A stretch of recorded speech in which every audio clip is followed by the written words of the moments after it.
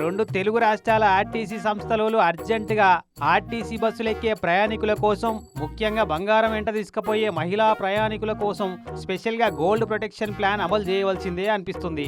Bus ఎక్కేటప్పుడు దగ్గరున్న బంగారం అంతా తీసి కండక్టర్ కో డ్రైవర్ కో ఇచ్చి మళ్ళా దిగిపోయేటప్పుడు అవి తీసుకొని దిగేటటువంటి స్పెషల్ మెకానిజం ఏదన్నా మోపు చేస్తేనే బెస్ట్ అనిపిస్తుంది. ఎందుకంటే ఇగో పరీక్షలు రాసేందుకు ఎగ్జామ్ సెంటర్ లోపలికి పోతున్న స్టూడెంట్లను తనిఖీ చేసినట్టు బస్సు ఎక్కిన వాళ్ళను ఒక్కొక్కరిని కిందికి దించుకుంటా టాప్ టు బాటం ఎట్లా పునుకులాడుతున్నారో చూడు పోలీసోళ్ళు.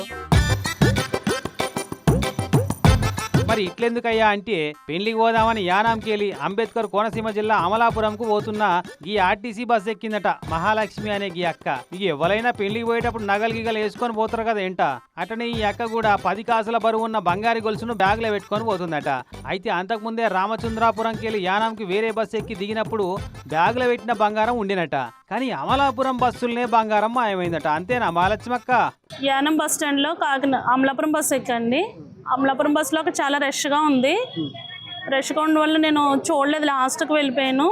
లాస్ట్కి వెళ్ళిన తర్వాత అప్పుడు బ్యాగ్ చెక్ చేసుకుంటే బ్యాగ్ లేదని, మొత్తం గోల్డ్ అంతా అందులోనే ఉంది. మొత్తం నక్లీసు, హారం, చెవిలి మొత్తం 10 కాసుల దాకా ఉంటుంది.